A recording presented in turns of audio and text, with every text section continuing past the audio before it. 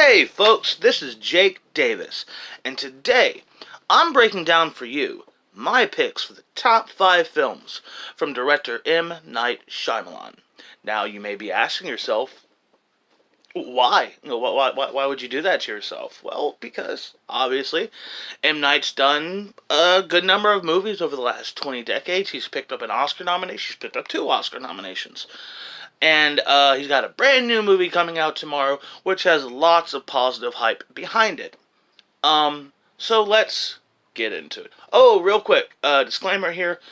M. Night's first 2 films, Praying with Anger and Wide Awake, I never saw those movies, so unfortunately I don't have an opinion on them. And unlike Tarantino, I'm not going into his scripts too much because pretty much every script he wrote, he directed. He worked on, he worked on the scripts for Devil, which he did the story for, which is a nice little horror movie about people trapped in an elevator with a demon.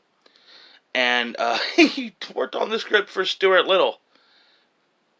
Yeah. So yeah, there you go. And again, as far as screenwriting goes, Tarantino is renowned for his writing, and Shyamalan is on the other side of that coin. So yeah, let's get into it.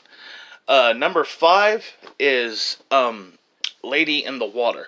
So here's another disclaimer real quick here. Most of these movies still suck. And like Shyamalan is not like a great filmmaker. He's a perfect example that, you can make a lot of money and get a lot of praise with just a little bit of talent and a shitload of luck. So, Lady in the Water is about Paul Giamatti is a groundskeeper or a handyman at a apartment complex, and he literally finds Bryce Dallas Howard, who's like a fucking water fairy, just in the pool.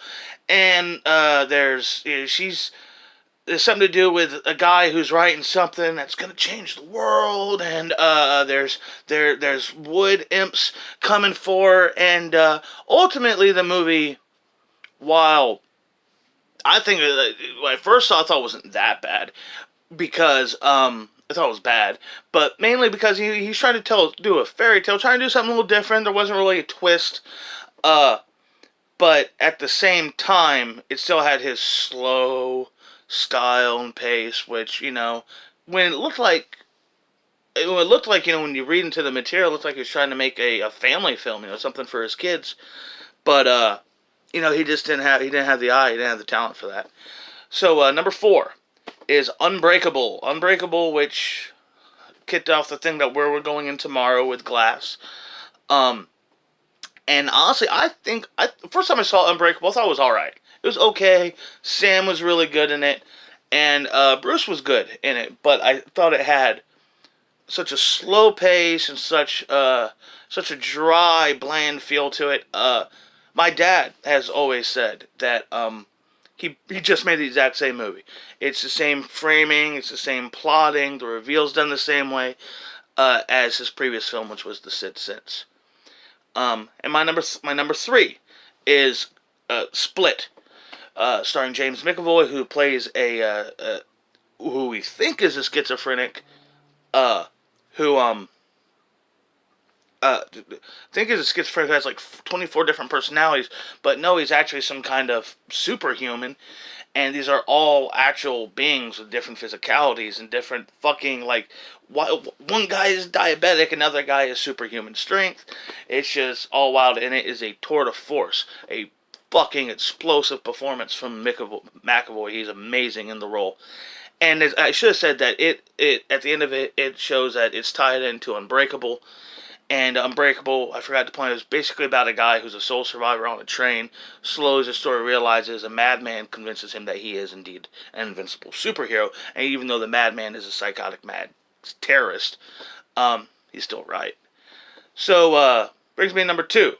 I'm going to say The Sixth Sense. The Sixth Sense is an excellent movie, and I actually think, with all the shit I give him and everybody else gives him, I actually think he probably should have won the Oscar for director back in '99.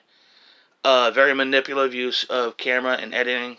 Very well played. And it's a good movie. And if you've never seen it, there's no way in fucking hell I'm telling you how how it ends. No, absolutely not. It's one of the greatest, most shocking, most satisfying film endings of all time. Not just in horror movies, but in all time. It's a well-made movie with a poignant and emotional ending. And if you've not seen it and knows how it ends, the person who told you is a fucking asshole. So next up, my number one, and I know it's going to be unpopular, but my number one is Signs. I know a lot of people don't like Signs and bitch about the water thing, but fuck you, it's my list. I like Signs for many, many reasons. The photography, the score, but I could say that about, honestly, almost all of M. Night Shyamalan's films. But I liked the character. I liked the emotion. I liked how it really dealt with fear. Not just fear of the unknown, but fear of mortality and fear of judgment. And like I said, the thing with the water, the monsters are allergic to, the aliens are allergic to water. Water kills them. And a lot of people always thought that was a bit of a cop-out. It was too easy. Well, tell it to War of the Worlds. Because he pretty much just got their ending from War of the Worlds. The fucking aliens come down, they're going to wipe us up. What's this? Somebody sneezed and now they all get wiped out. That's a shitty ending, too. So, you can't bitch about one and then say the other was influential and great. Because they both did the same fucking thing. So, oh yes, and Joaquin Phoenix got a chance to play something other than the weird guy. Mel Gibson got to deliver his role, his final great performance as an actor before he'd move on to make really good movies like Passion of the Christ and Apocalypto. But yeah, Signs was emotional for me when I saw it. I thought it was intense, it was thrilling, and I've always thought it was Shyamalan's best film. And since there's only 5 other movies to talk about, oh, yeah, I'm talking about them. First off, The Visit. Why did he do The Visit? Now, I guess you could say that he wanted to do something I hadn't done before, but, God, a fucking found footage movie, and this movie got good reviews, and it sucks. It's a piece of shit. So, don't see The Visit. Don't bother with The Visit.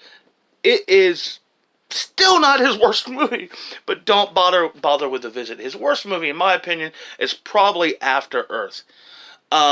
Nothing more than a big budget commercial Will Smith trying to sell us his kid. And Jaden Smith was terrible, Will Smith was terrible, the effects were terrible, everything. There's nothing good about that movie. God, I kind of want to say more nasty shit about it, but I'm already running into this too long. Next up there was The Last Airbender. Everyone hated that. I never even saw the show, and I know that ain't right. Shit, movie sucked. Again, bad effects, and see, here's the thing: a guy who struggles with plotting a normal film just about character development and story arcs, can't even tell. He has no chance in doing an action movie. Because now you gotta worry about pace, you gotta worry about adrenaline, you gotta worry about not burning the audience out, and there was none of that care for this movie. It was one of the worst made action movies ever made. Should never go near an action movie again.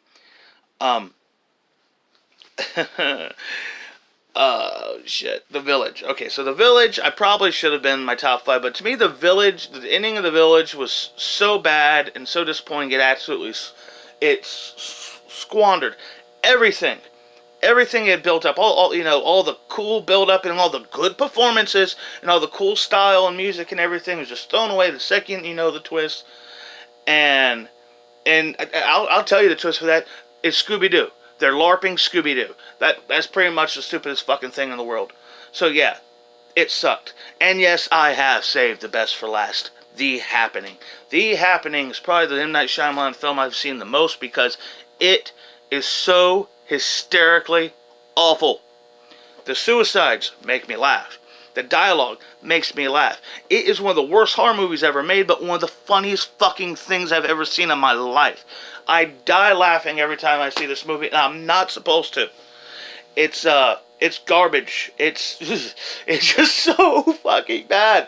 And if you didn't know, I'm gonna tell you what it's about. They have Mark Wahlberg as a teacher in New York, and something happens. All these people just start dying. They think it's a terrorist attack, it's an epidemic, and turns out that the trees are releasing shit into the air to force us all to kill ourselves.